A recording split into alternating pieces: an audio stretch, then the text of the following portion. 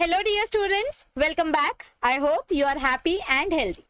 आज हम आपके लिए लेकर आए हैं आपका one shot lecture series of chapter 6 plant water and relation. इस चैप्टर में से बहुत सारे टॉपिक्स डिलीट हो चुके हैं, सो हमें इस चैप्टर में से 6.1, 6.2 और 6.3 ये तीन टॉपिक्स कवर करने हैं और इन्हीं तीन टॉपिक्स के बेसिस पर हम एमसीक्यूज भी सॉल्व करेंगे। ऑलराइट डियर स्टूडेंट्स, तो टॉपिक में आगे बढ़ने से पहले आपको जो एक इंपॉर्टेंट चीज मुझे बतानी है वो ये है कि आप में से ऑलरेडी बहुत सारे लोग जानते हैं कि मैंने और अजय सर ने अनअकैडमी ज्वाइन किया है। अनअकैडमी ने एक बहुत ही नया चीज स्टार्ट किया है, स्पेशली महाराष्ट्र स्टेट बोर्ड के स्टूडेंट्स के लिए पीसीएमबी के सारे लेक्चर्स अनअकैडमी के प्लेटफॉर्म पर स्टार्ट हो चुके हैं। तो महाराष्ट्र स्टेट बोर्ड के स्टूडेंट्स जो अपने एग्जाम में टॉप करना चाहते हैं और जिनको इंडिया के टॉप एडुकेटर्स के साथ पढ़ना है वो अनअकैडमी प्लेटफॉर्म पर जुड़ सकते हैं। अनअकैडमी प्लस के बहुत सारे बेनिफिट्स हैं। सबसे पहला बेनिफिट, आप अनलिमिटेड एक्सेस ले सकते हो, किसी भी कोर्स को कभी भी पढ़ सकते हो। आप इंडिया के बेस्ट से बेस्ट एडुकेटर्स का लाइव लेक्चर अटेंड कर सकते हो अगर आप प्लस की मेंबरशिप लेते हो। सबसे इंपॉर्टेंट पॉइंट यह है कि आपके डाउट्स को इंडिविजुअली सॉल्व किया जाता है जब आप लाइव लेक्चर अटेंड करते हो। आपको live test series, mock series देने का मौका मिलेगा। आपको continuous career guidance, strategy guidance, time management guidance दी जाएगी जो बहुत इंपॉर्टेंट होती है हर एक स्टूडेंट के लिए। You can keep a practice tab, आप अपने प्रैक्टिस के ऊपर एक टैब रख सकते हो, एक ट्रैक कर सकते हो कि आपका कितना पढ़ाई हो रहा है। आपका सिलेबस कॉम्प्रिहेंसिव तरीके से डिजाइन किया गया है which will be completed before time and you can learn on any language in any particular language that you are comfortable in. Hindi, Marathi, English, आप किसी भी लैंग्वेज में पढ़ सकते हो। ये अनअकैडमी का एक बड़ा एडवांटेज है। You can learn any time anywhere, आते जाते, सोते जागते कभी भी आप पढ़ सकते हो क्योंकि इसमें आपका मोबाइल में ही लेक्चर होता है। And you also get the study material of your individual subjects. Okay, हाँ, अगर आपको फ्री क्लासेस देखने हैं, स्पेशल लाइव क्लासेस देखने हैं या आपको कोई भी सब्सक्रिप्शन खरीदना है तो आप मेरा रेफरल कोड यूज कर सकते हो, दैट इज ANJ10, जिस पे आपको 10% का डिस्काउंट मिलेगा। आपके लिए और एक बहुत बढ़िया चीज ये है अनअकैडमी के प्लेटफॉर्म पर कि अगर आपने सब्सक्रिप्शन प्लान नहीं भी खरीदा है तो भी आप फ्री टेस्ट दे सकते हो जो एवरी सैटरडे और संडे होता है। 12 बजे, दोपहर को 12 बजे ये टेस्ट होता है। टोटल 12 क्वेश्चंस लिए जाते हैं और उसका सोल्यूशन भी आपको एनालाइज करके बताया जाता है। और अगर आप प्लस के मेंबर हो तो आपका भी बेनिफिट है, आप भी Tuesday, Thursday, Saturday, Sunday test दे सकते हो। तो अगर आप मेंबर नहीं भी हो तो भी आपको टेस्ट देने की अपॉर्चुनिटी मिलती है। ये कुछ सब्सक्रिप्शन प्लान के पैकेजेस हैं, आप अपने अफोर्डेबिलिटी, कंफर्ट जोन के हिसाब से कोई भी पैकेज खरीद सकते हो। जितना ज्यादा टाइम का पैकेज खरीदोगे उतना ज्यादा डिस्काउंट मिलेगा और इसके ऊपर और 10% का डिस्काउंट पाने के लिए आप मेरा कोड यूज कर सकते हो ANJ10। तो अनअकैडमी आपके लिए बहुत सारी ऐसी चीजें लेकर आया है जिससे आप अपने करियर में, अपने एग्जाम्स में टॉप कर सको। तो you can definitely check this out. Thank you. Okay, all right, तो सबसे पहले हम देखते हैं चैप्टर का इंट्रोडक्शन। चैप्टर के इंट्रोडक्शन में मेरा favourite part can you recall दिया गया है। सो कैन यू रिकॉल में हमसे क्या पूछा है, What are the various parts of a plant body? Plant body के अलग अलग पार्ट्स कौन से होते हैं? सो प्लांट के पास रूट होता है, it has stem, it has leaves, it has fruits, it has flowers, ऐसे बहुत सारे अलग अलग पार्ट्स होते हैं और हर एक पार्ट का अलग अलग फंक्शन होता है। सो रूट का फंक्शन होता है प्लांट को वाटर एब्जॉर्ब करके देना, मिनरल एब्जॉर्ब करके देना। स्टेम का काम होता है फूड को ट्रांसफर करना, वाटर को ट्रांसफर करना। लीव्स का काम होता है फोटोसिंथेसिस करना। फ्रूट्स का काम क्या होता है? फ्रूट्स का काम होता है सीड बनाना, ठीक है, सीड को प्रोटेक्ट करना। और फ्लावर्स का काम होता है पॉलिनेशन करना, यानी कि सेक्सुअल रिप्रोडक्शन में हेल्प करना। सो फर्स्ट क्वेश्चन भी देख लिया, सेकंड क्वेश्चन भी देख लिया। Which plant tissues are involved in transport of water and minerals? क्या बोला गया है हमें, कौन से प्लांट टिश्यूज वाटर और मिनरल्स के ट्रांसपोर्टेशन में हेल्प करते हैं? तो देखो ये बहुत ही सिंपल सा क्वेश्चन है, एकदम बेसिक आपके 11th स्टैंडर्ड का क्वेश्चन है। हमेशा याद रखो, प्लांट के स्टेम के अंदर दो अलग अलग टिश्यू बंडल्स होते हैं। प्लांट के स्टेम के अंदर क्या होते हैं? दो अलग अलग वेसल्स होती हैं, दो वेसल्स होती हैं और उन दोनों वेसल का अलग अलग फंक्शन होता है। एक वेसल होती है जाइलम और एक वेसल होती है फ्लोएम। समझो ये वाली वेसल है आपकी जाइलम और दूसरी वाली वेसल है आपकी फ्लोएम। दूसरी वेसल कौन सी है? दूसरी ब्लैक वाली वेसल है आपकी फ्लोएम। तो इन दोनों टिश्यूज या इन दोनों वेसल्स का काम क्या है? फ्लोएम का काम होता है फूड ट्रांसपोर्ट करना। फ्लोएम का काम क्या होता है? फूड का ट्रांसपोर्टेशन करना, यानी लीव्स में जो फूड बना है उस फूड को लीव्स से लेकर नीचे रूट तक लेकर जाना, ठीक है। तो फ्लोएम ट्रांसपोर्ट्स फूड। आप कैसे याद रखोगे? मेरे लिए ये ट्रिक बहुत सिली है, मतलब मुझे ऐसे स्टूपिड लगता है लेकिन मुझे याद रखने में आसानी होती है। फ्लोएम का स्टार्टिंग वर्ड भी फ है और फूड का स्टार्टिंग वर्ड भी फ है. सो फ ऐसे राइमिंग वर्ड के जैसे आप याद रख सकते हो that phloem performs the function of transport of food from leaves to the other parts of the body. Okay, plant के अदर पार्ट्स तक खाना पहुंचाने का काम कौन करता है? फ्लोएम. तो अब बच गया जाइलम. तो जाइलम क्या करेगा? रूट में से वाटर एब्जॉर्ब करके प्लांट के लीव्स तक पहुंचाएगा. So xylem does water transportation and phloem does food transportation. इधर तक क्लियर है? ओके, अब आगे देखिए हमें यूज योर ब्रेन पावर में क्या बताया गया है.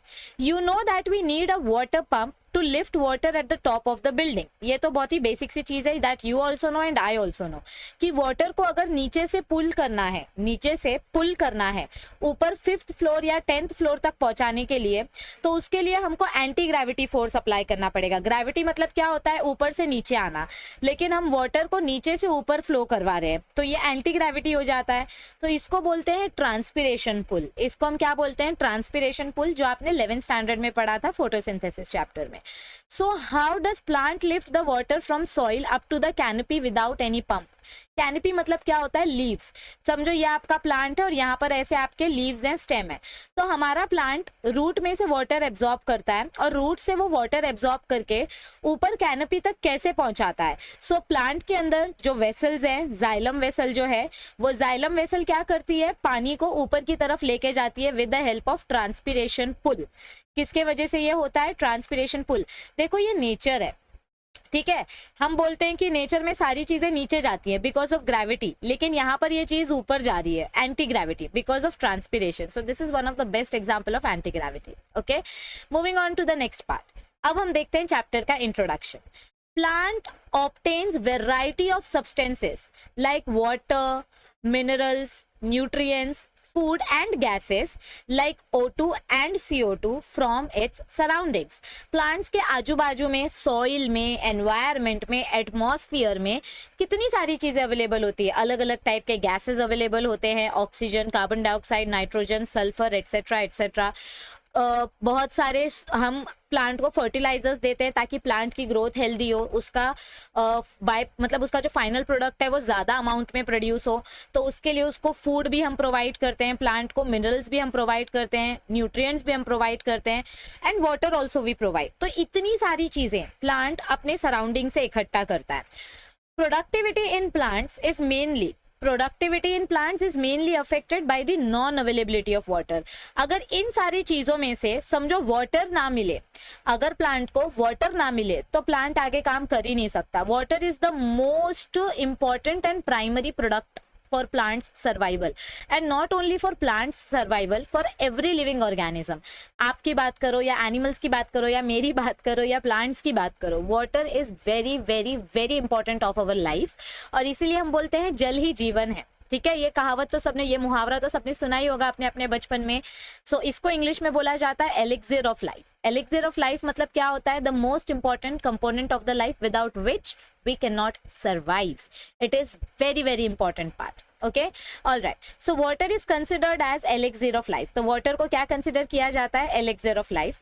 Water constitutes almost 90 to 95%. Water कितना परसेंट constitute करता है? 90 to 95% of most plant cells and tissues.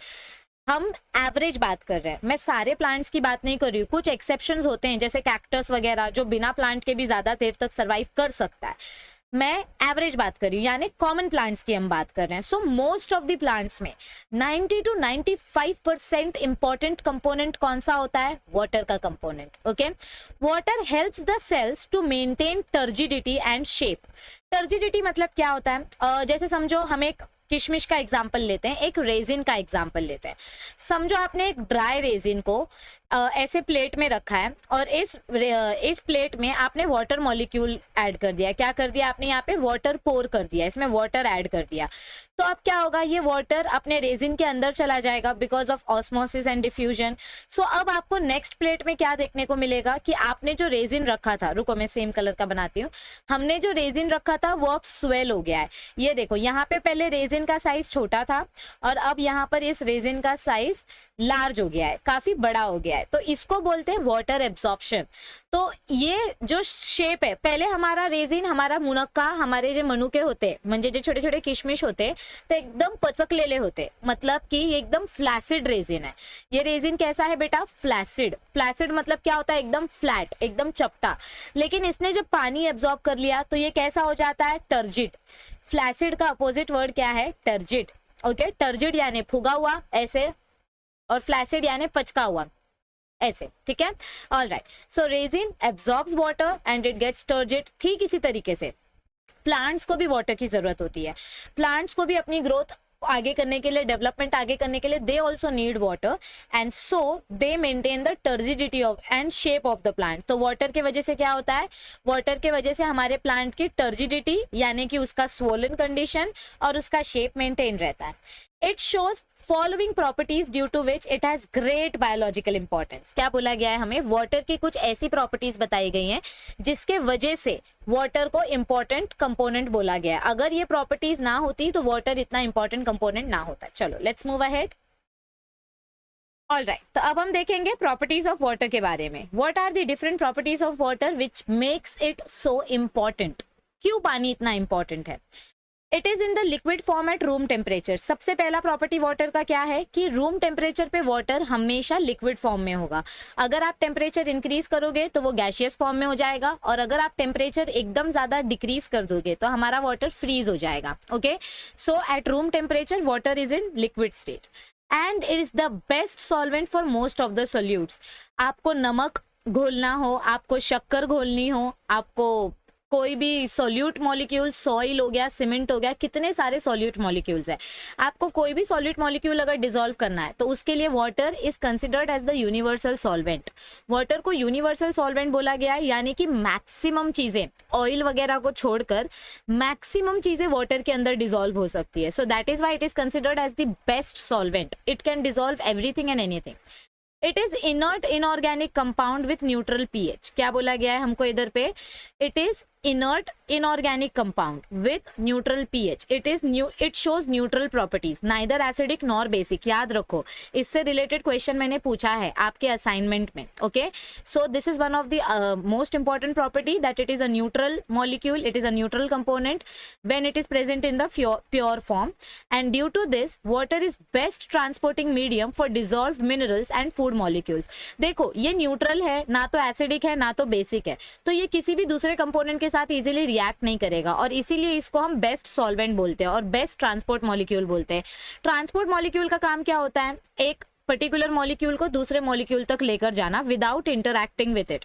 मतलब जैसे समझो पोस्टमैन क्या करता है? वो आपकी चिट्ठी को दूसरे इंसान तक पहुंचाने का काम करता है, लेकिन वो खुद उसको कभी रीड नहीं करेगा, that is against their policy. ठीक उसी तरीके से अपना वाटर भी न्यूट्रल मॉलिक्यूल होता है। अब इस मॉलिक्यूल के अंदर क्या है, मतलब ये मिनरल कौन सा है, इससे वाटर को कुछ लेना देना नहीं है। ये इस मिनरल को यहाँ से लेके जाके दूसरे ऑर्गन तक छोड़ देगा। So that is why water is considered to be the most suitable transport molecule. Okay, अब आगे देखो क्या बताया गया है। It is best aqueous medium for all biochemical reactions occurring in the cells. It is a best aqueous medium. Aqueous medium मतलब क्या होता है? ऐसा मीडियम जिसमें आप आसानी से किसी भी सॉल्यूट मॉलिक्यूल को डिसॉल्व कर सकते हो। ओके, जैसे कि समझो आपने ऐसे एक कंटेनर लिया और उसमें आपने वाटर रखा, तो इस वाटर के अंदर आप कोई भी सॉल्यूट मॉलिक्यूल डालो, सब डिसॉल्व हो जाएगा। हमारा प्रोटीन, हमारा कार्बोहाइड्रेट, हमारा फैट, हमारा शुगर, सब कुछ वाटर में डिसॉल्व हो जाता है। So that is it is considered as aqueous medium. Aqueous यानी कि liquid medium in which you can dissolve any solute. Okay, it is an essential raw material for photosynthesis. This is very important point. Water के बिना photosynthesis start हो ही नहीं सकता, क्योंकि initial electrons जो होते हैं वो water molecule split होने के वजह से ही मिलते हैं। 11th standard में आपने जो photosynthesis पढ़ा था उसमें हमने देखा था कि photosynthesis के वजह से ही, I mean water के वजह से ही photosynthesis start होता है। PS2 photosystem 2 को electrons कौन देता है? वाटर देता है। So water is very important component. Okay, all right, अब आगे देखो 3 वर्ड्स यूज किए गए हैं। water has high specific heat, high heat of vaporization and high heat of fusion. Okay अब ये तीन वर्ड्स का मतलब क्या है? हाई स्पेसिफिक हीट मतलब क्या होता है? हमारा जो वाटर मॉलिक्यूल है, इस वाटर मॉलिक्यूल के बीच में इतना स्ट्रॉन्ग हाइड्रोजन बॉन्ड होता है, इस वाटर मॉलिक्यूल के बीच में इतना स्ट्रॉन्ग हाइड्रोजन बॉन्ड होता है कि इसको ब्रेक करने के लिए बहुत ज़्यादा अमाउंट ऑफ हीट एनर्जी चाहिए, तो उसको बोलते हैं high specific heat. The amount of heat required to heat 1 gram of water molecule. Okay, फिर हाई हीट ऑफ वेपराइजेशन मतलब क्या होता है?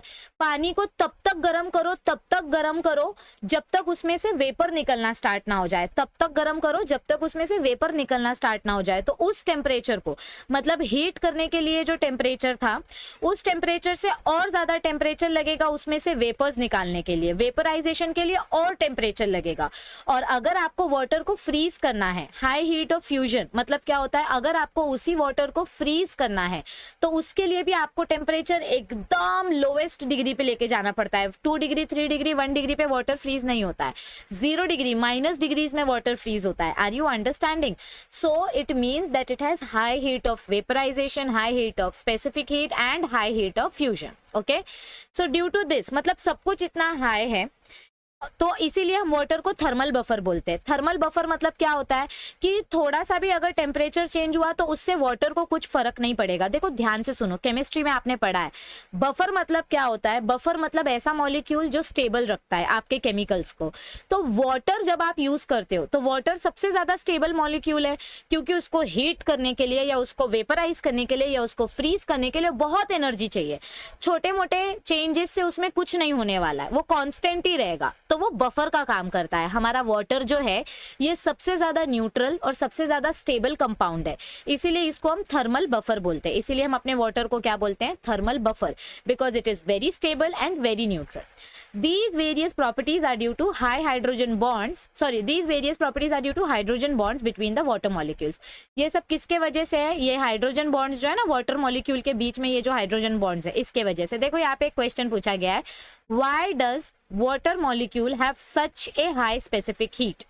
वाटर को गर्म करने के लिए इतना ज्यादा हीट की जरूरत क्यों पड़ती है? The answer is water molecules form strong bonds with each other. इनके बीच में ना एक अलग ही कोहेसिव फोर्स अप्लाई होता है, and therefore it takes more heat energy to break them. अगर आपको वाटर मॉलिक्यूल के बीच का हाइड्रोजन बॉन्ड ब्रेक करना है तो उसके लिए आपको बहुत ज्यादा एनर्जी की जरूरत पड़ेगी. और उसी के कंपैरिजन में अगर आप मेटल कंपोनेंट लोगे तो metals have weak bonds, they have weak covalent bonds and they do not need as much energy to break them. Water के कंपैरिजन में मेटल जल्दी मेल्ट हो जाता है. समझ में आया सबको इतना? Okay, moving on. तो अब यहाँ पर देखो आपको क्यूरियोसिटी बॉक्स में क्या बताया गया है. What is hydrogen bond? Hydrogen bond is made up of, like it is electrostatic force of attraction between two atoms. Okay, ये कोवलेंट बॉन्ड नहीं है, एक टाइप का इलेक्ट्रोस्टैटिक बॉन्ड है, एक टाइप का इलेक्ट्रोस्टैटिक फोर्स ऑफ अट्रैक्शन देखने को मिलता है हमको इधर पे. What are the meanings of specific heat? Specific heat यानी कि the minimum amount of heat required to warm the water molecule, 1 gram of water molecule. What is heat of vaporization? The minimum heat required to vaporize 1 gram of water molecule. And what is heat of fusion? To the minimum amount of heat or the minimum amount of temperature change required to freeze the water molecule. Okay, all right. And now the next question, what are adhesive and what are cohesive forces? आप लोग physics में already पढ़ चुके हो. What is adhesion and what is cohesion? अधेशन मतलब क्या होता है? जब दो अलग अलग मॉलिक्यूल्स के बीच में अट्रैक्शन होता है, डिफरेंट मॉलिक्यूल्स, अनलाइक मॉलिक्यूल्स. और कोहेशन मतलब क्या होता है? जब दो सेम मॉलिक्यूल्स के बीच में अट्रैक्शन होता है. सो अधेशन मीन्स डिफरेंट एंड को मतलब सेम, साथ में काम करना. ओके, सो कोहेसिव फोर्सेस यानी कि सेम फोर्सेस. और ये बॉन्ड इतना स्ट्रांग होता है कि इसको ब्रेक करना मुश्किल ही नहीं, नामुमकिन हो जाता है. नामुमकिन तो नहीं रहता but very difficult. So see इधर थियरी में क्या दिया है, water molecules have good adhesive and cohesive forces of attraction due to high surface tension. देखो हाई सरफेस टेंशन का मतलब क्या होता है, ये वर्ड भी आपने फिजिक्स में पढ़ा है. सरफेस टेंशन यानी कि हाई कोहेसिव पावर. जब दो सेम मॉलिक्यूल्स बॉन्ड बनाते हैं तो उनके बीच का बॉन्ड इतना ज्यादा स्ट्रांग होता है कि वो किसी दूसरे मॉलिक्यूल को अपने बीच में आने ही नहीं देते हैं. इसको बोलते हैं very high surface tension. Okay, so due to high surface tension and high adhesive and cohesive forces, हमारा जो वाटर मॉलिक्यूल है वो आसानी से कैपिलरी में राइज हो जाता है. मतलब जब भी आप इसको ग्लास के अंदर, छोटे से ग्लास के ट्यूब के अंदर जब आप वाटर फिल करते हो तो हमारा जो ट्यूब है वो ग्लास मटेरियल से बना है, कांच से बना है, और वाटर मॉलिक्यूल अलग बॉन्ड से बना है, यानी it is made up of hydrogen and oxygen bond. तो ग्लास मॉलिक्यूल और वाटर मॉलिक्यूल के बीच में बहुत स्ट्रॉन्ग फोर्स ऑफ अट्रैक्शन होता है, जिसकी वजह से ये वाटर का लेवल फटाफट राइज हो जाता है, कैपिलरी के अंदर ये वाटर फटाफट आगे आगे जाता है। Okay, it is therefore a significant molecule that connects physical world with biological processes. और इसी वजह से क्या बोला गया है, आप जब सॉइल में से वाटर एब्जॉर्ब करते हो, समझो ये आपके सॉइल मॉलिक्यूल्स है, तो सॉइल मॉलिक्यूल्स के बीच बीच में से जब वाटर मॉलिक्यूल जाता है तो ये वाटर मॉलिक्यूल सबके साथ अट्रैक्ट हो जाता है, ये सबके साथ अट्रैक्ट हो जाता है because it has very good adhesion power. मतलब सेम मॉलिक्यूल के साथ भी अट्रैक्ट होगा, यानी one water molecule will attract with other water molecule, और ये दूसरे मॉलिक्यूल्स के साथ भी अट्रैक्ट होगा because it has high adhesion and high cohesion power. इतना समझ में आया आपको? आगे बढ़े। All right. तो अब हम पढ़ेंगे वाटर एब्जॉर्बिंग ऑर्गन के बारे में कि वाटर इतना इंपॉर्टेंट है तो प्लांट्स के लिए ये कैसे एब्जॉर्ब किया जा सकता है, या प्लांट्स को ये वाटर कैसे मिलता है। ओके, तो सबसे इंपॉर्टेंट ऑर्गन कौन सा है? रूट की मदद से हमारा जो प्लांट है वो बहुत इजीली वाटर को एब्जॉर्ब करता है और वाटर के अलग प्लांट के अलग अलग ऑर्गन्स तक उसको ट्रांसपोर्ट करता है। हमने क्या बोला था कि हमारे रूट में से कौन सा टिश्यू है जो वाटर ट्रांसपोर्टेशन का काम करता है? Xylem tissue. कौन सा टिश्यू वाटर ट्रांसपोर्टेशन करता है? Xylem tissue. So root is the main organ of water and mineral absorption. अगर हम प्लांट की बात करें तो प्लांट में सबसे ज्यादा पानी और सबसे ज्यादा मिनरल्स कहाँ एब्जॉर्ब होते हैं? उसकी जड़ों में, उसके रूट में। याद रखो, इससे रिलेटेड मैंने बहुत सारे क्वेश्चन पूछे हैं आपके असाइनमेंट में, और इससे रिलेटेड क्वेश्चन ही आपको सीईटी में आएंगे। In terrestrial plants absorb water in the form of liquid from the soil. अगर आप नॉर्मल टेरेस्ट्रियल प्लांट्स की बात करोगे, टेरेस्ट्रियल प्लांट्स यानी कि जो लैंड पर ग्रो होते हैं, तो ये प्लांट्स अपनी अपनी रूट्स को ग्राउंड के अंदर मतलब ऐसे फिक्स कर देते हैं और ग्राउंड से इनको वाटर मिलता है। So in terrestrial plants water is absorbed in the form of liquid state. But in epiphytic plants मतलब क्या होते हैं? समझो ऐसा कोई एक बड़ा सा पेड़ है और इसके ऊपर कोई छोटा पेड़ सपोर्ट लेकर ग्रो हो रहा है, इसके ऊपर कोई छोटा पेड़ ऐसे सपोर्ट लेकर ग्रो हो रहा है। तो इस सपोर्टिव प्लांट के जो रूट्स हैं, इन रूट्स को हम बोलेंगे एपिफाइटिक रूट्स। इन रूट्स को हम क्या बोलेंगे? Epiphytic root.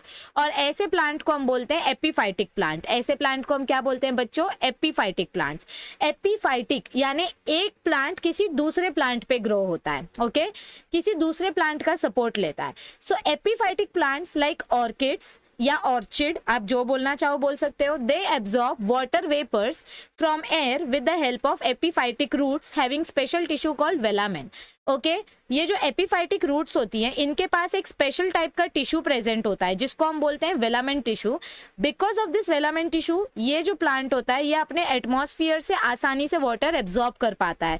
ये क्या करता है? अपने एटमॉस्फेयर से आसानी से वाटर एब्जॉर्ब करता है। Okay, so remember the name of the tissue. Velamen tissue of epiphytic plants help in the absorption of water from its surrounding environment. Typical root, अब अगर हम एक टेरेस्ट्रियल प्लांट के रूट की बात करें, कौन से रूट की? एक टेरेस्ट्रियल प्लांट के रूट की बात करें तो उसमें हमको 4 डिफरेंट रीजन्स देखने को मिलते हैं। So typical root is divisible into 4 different regions. देखो यहाँ पर पहला रीजन होता है नीचे से, मेरिस्टेमेटिक रीजन। दूसरा रीजन होता है जोन ऑफ इलोंगेशन। तीसरा रीजन होता है रीजन ऑफ एब्जॉर्प्शन। ये जो रूट हेयर जोन है this is region of absorption. और चौथा रीजन होता है maturation zone. Okay, so it has 4 different regions. और जो उसका जोन ऑफ एब्जॉर्प्शन वाला रीजन है यानी रूट हेयर जोन, वहां के जो एपिडर्मल सेल्स होते हैं, मतलब समझो इस जोन की अगर मैं बात करूं तो यहाँ के जो एपिडर्मल सेल्स हैं, ये एपिडर्मल सेल्स क्या करेंगे? ये एपिडर्मल सेल्स वाटर एब्जॉर्ब करके बाहर एनलार्ज हो जाते हैं और रूट हेयर का स्ट्रक्चर बनाते हैं। ये सेल्स क्या होते हैं? इलोंगेट करके ऐसे रूट हेयर का स्ट्रक्चर बनाते हैं। सो दीज एपिडर्मल सेल्स, इनको हम बोलते हैं epiblema cells. They form unicellular hair like extensions.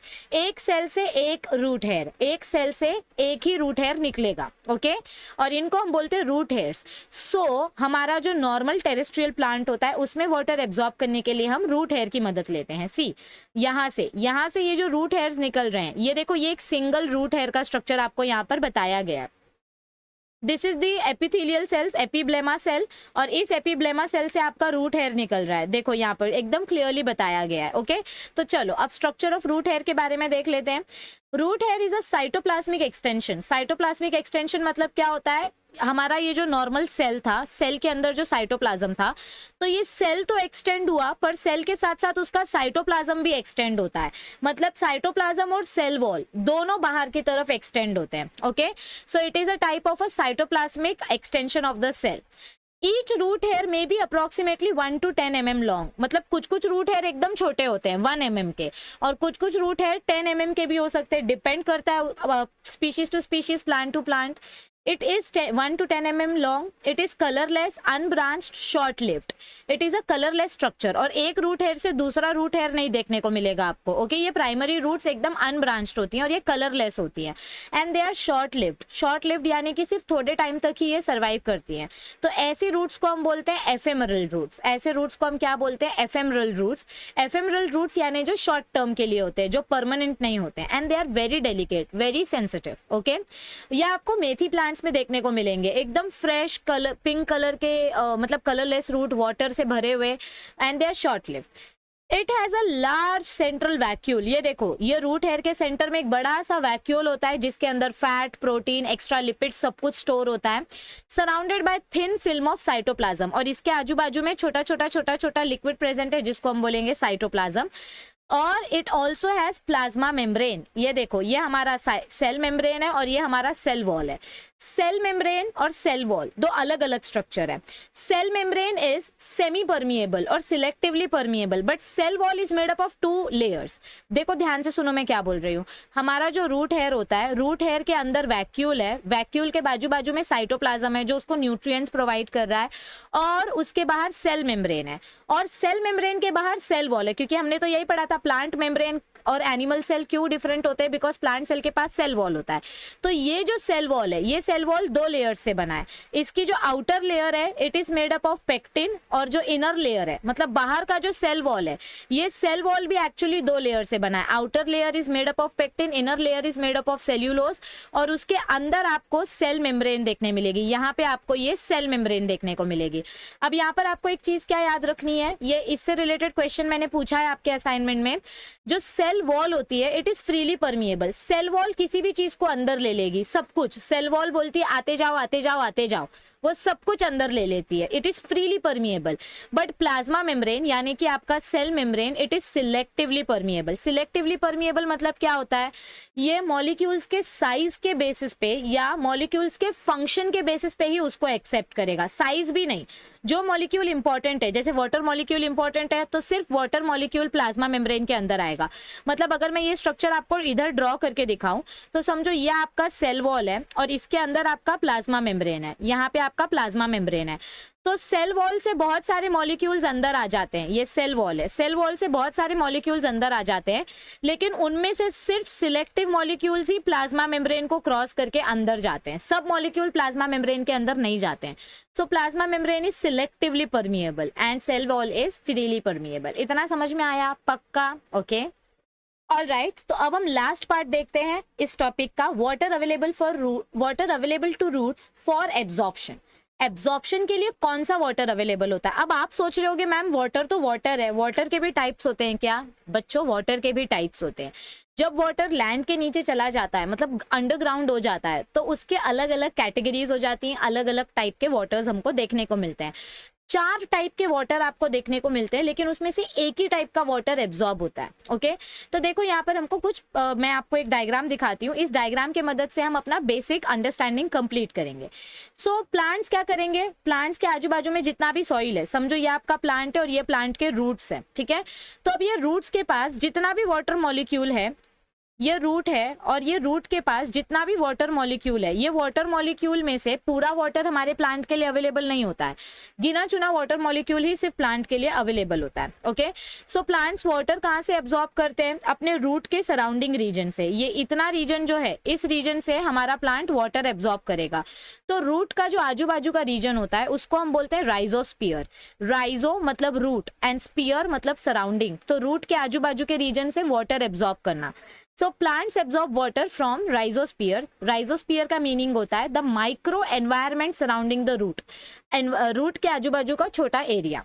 Water present in the soil occurs as gravitational water. Hygroscopic water, combined water and capillary water. मैंने आपको क्या बोला, 4 टाइप का वाटर आपको देखने मिलता है, gravitational, hygroscopic, combined and capillary water. तो अब इन चारों टाइप के वाटर्स में क्या डिफरेंस है, लेट अस सी। ग्रेविटेशनल वाटर तो नाम से ही समझ में आता है, ग्रेविटी की वजह से ये पानी रुकेगा ही नहीं एक जगह पे, नीचे नीचे नीचे जाएगा, गुरुत्वाकर्षण की वजह से ये पानी नीचे नीचे नीचे जाता है, उस वाटर को बोलते हैं gravitational water. It is not stable at any particular point, okay. So water percolates, percolate करना यानी कि ट्रैवल करना, एंट्री लेना, deep due to the gravity in the soil, it is called gravitational water. So water molecule which will travel inside the soil molecule which is not going to stop anywhere, ऐसे water molecule को हम बोलते हैं gravitational water molecule, and this is not available to plants for absorption. तो ये water molecule तो नीचे खसक गया, तो roots इसको पकड़ ही नहीं पाई, इसको absorb ही नहीं कर पाई, so this water is not available. Our gravitational water is not available for absorption. अब बचा second. Now fine soil particles imbibe और absorb water and hold on to it. छोटे छोटे सॉलिड पार्टिकल्स जो होते हैं वो अपने बाजू में ये वाटर मॉलिक्यूल्स को अट्रैक्ट कर लेते हैं। अधेसिव फोर्स याद आ रहा है, अधेशन के वजह से। तो यहाँ पर जो छोटे छोटे सॉइल पार्टिकल्स होते हैं वो वाटर को एब्जॉर्ब कर लेते हैं, अपने पास पकड़ के रख लेते हैं। लेकिन सॉइल पार्टिकल ने इस वाटर को पकड़ लिया तो अब ये रूट को नहीं देते, ये अपना पानी रूट को नहीं देते हैं, ठीक है, ये प्लांट के रूट के लिए नहीं होता है। सो ऐसे टाइप के वाटर को हम बोलते हैं हाइग्रोस्कोपिक वाटर, जो सॉइल के साथ अट्रैक्ट हो जाता है। This is also not available for plants. This is called hygroscopic water and roots can not absorb this water, क्योंकि उसको तो सॉइल ने पकड़ के रखा है। और हमने पहले ही पढ़ा था कि वाटर का अधेशन फोर्स बहुत स्ट्रांग होता है, अगर वो सॉइल के साथ अट्रैक्शन बना लेगा तो वो रूट के पास नहीं आएगा। Okay, next point, water present in the form of hydrated oxides of silicon, aluminium is called combined water. हमारे सॉइल में बहुत सारे केमिकल्स होते हैं, क्योंकि इतने सारा जो इंडस्ट्रीज का कचरा निकलता है, उसके जो एफ्लुएंट्स होते हैं, उसके वजह से अंडरग्राउंड में बहुत सारा वाटर स्टोर होता है। सो जो हमारे ग्राउंड के नीचे जो हाइड्रेटेड ऑक्साइड्स यानी जो केमिकल वाला पानी होता है उसको हम बोलते हैं कंबाइंड वाटर। और वाटर एक बार केमिकल मॉलिक्यूल के साथ कंबाइन हो गया तो रूट के लिए वो अवेलेबल नहीं रहेगा। So this water is also not available for root, so it is also not available to root for absorption. तो मतलब हमारे ना तो हमारे लिए कंबाइंड वाटर अवेलेबल है, ना ग्रेविटेशनल वाटर अवेलेबल है, ना हाइग्रोस्कोपिक वाटर अवेलेबल है। ये जो बीच में पानी रुका हुआ है, दो सॉइल मॉलिक्यूल्स ने जब पानी अट्रैक्ट कर लिया और फिर भी उसके बाजू बाजू में वाटर मॉलिक्यूल जो बचा हुआ है, बचा हुआ वाटर मॉलिक्यूल को हम बोलते हैं कैपिलरी वाटर, जो ऊपर ही रहता है, जो नीचे नहीं जाता है। देखो इधर से नीचे चला जाएगा, लेकिन इन तीन मॉलिक्यूल्स के बीच में ये वाटर मॉलिक्यूल उधर ही रुका हुआ है। तो ये जो हमारी रूट होगी, ये वाटर मॉलिक्यूल रूट के पास जाएगा और इस वाटर को, जो वाटर लेवल ऊपर ही है, नीचे नहीं गया, उस वाटर को बोलते हैं capillary water and this water is available for roots. So see, some amount of water is held in pores between the neighboring soil particles. दो सॉइल के बीच में जो वाटर मॉलिक्यूल अटक जाता है, मतलब हाइग्रोस्कोपिक वाटर के बीच में, उस वाटर को हम बोलते हैं capillary water and this is available for absorption of roots. So ये था 3 कॉन्सेप्ट, हमने ये चैप्टर कंप्लीट कर लिया। पहले हमने पढ़ा what is the importance of water, दूसरा हमने पढ़ा स्ट्रक्चर ऑफ रूट हेयर। आपको रूट हेयर का स्ट्रक्चर याद होना चाहिए। ये देखो, ये स्ट्रक्चर बहुत इंपॉर्टेंट है। रूट के नीचे रूट कैप होता है, क्या होता है यहाँ पर, रूट कैप, सॉरी यहाँ पे जो रूट कैप होता है, इधर पे एब्जॉर्प्शन पॉसिबल नहीं है, क्योंकि यहाँ पर आपके सेल्स के बीच में पोर्स प्रेजेंट ही नहीं है। This is a very tough structure, तो यहाँ पे एब्जॉर्प्शन पॉसिबल ही नहीं है। सबसे ज्यादा मैक्सिमम एब्जॉर्प्शन कहाँ पर होगा, रूट हेयर के रीजन में। ये मैं आपको क्यों बता रही हूँ, क्योंकि इससे रिलेटेड क्वेश्चंस मैंने आपको पूछे हैं। यहाँ जो छोटे छोटे होल्स होते हैं वो रूट वाटर एब्जॉर्ब नहीं करते हैं, वो गैशियस एक्सचेंज के लिए प्रेजेंट होते हैं, CO2 O2 एक्सचेंज के लिए। तो सबसे ज्यादा एब्जॉर्प्शन कहाँ पर होता है, रूट हेयर के रीजन में। रूट हेयर का स्ट्रक्चर अच्छे से याद रखो तो आप असाइनमेंट अच्छे से सॉल्व कर पाओगे, और वाटर के प्रॉपर्टीज को अच्छे से याद रखो, ये वाला पार्ट, ठीक है। What are the properties of water, ये भी बहुत इंपॉर्टेंट है। तो आई होप आपको सब कुछ समझ में आया होगा सेशन में। वापिस से देख लेना अगर कुछ डाउट रहेगा तो। सो मिलते हैं जल्दी, thank you, see you soon.